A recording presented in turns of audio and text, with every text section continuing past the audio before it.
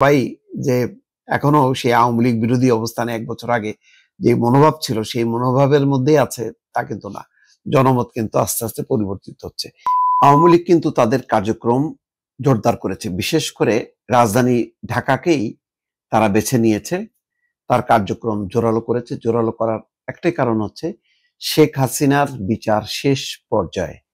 সুতরাং তার নিঃসন্দেহে মৃত্যুদণ্ডের একটি দণ্ড হবে, এ ব্যাপারে আর কোনো সন্দেহ নেই। তো সেই প্রেক্ষিতেই মানে এখন সর্বোচ্চ আন্দোলন করছে, সামনে নির্বাচন, এইদিকে সরকারেরও কিছু দুর্বলতা দেখা যাচ্ছে।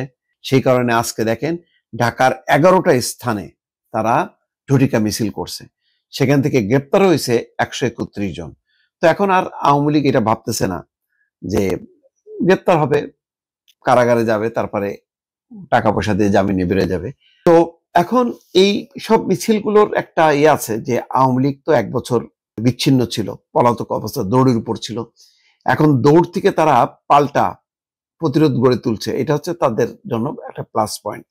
তবে এগুলো আলটিমেটলি পাবলিকলি কতটা সাপোর্ট হবে সেটা নির্ভর করবে সরকারের জনপ্রিয়তাটা যত কমবে এবং বিরোধী দলের অনৈক্য যত বাড়তে থাকবে, আওয়ামী লীগের জনপ্রিয়তাটা কিন্তু বাড়তে থাকবে। তখন মনে করবে যে না, আওয়ামী লীগই আসল মানে ঠিক ছিল। যে একেবারে সবাই যে এখনো সেই আওয়ামী লীগ বিরোধী অবস্থানে 1 বছর আগে যে মনোভাব ছিল সেই মনোভাবের মধ্যেই আছে তা কিন্তু না। জনমত কিন্তু আস্তে আস্তে পরিবর্তিত হচ্ছে।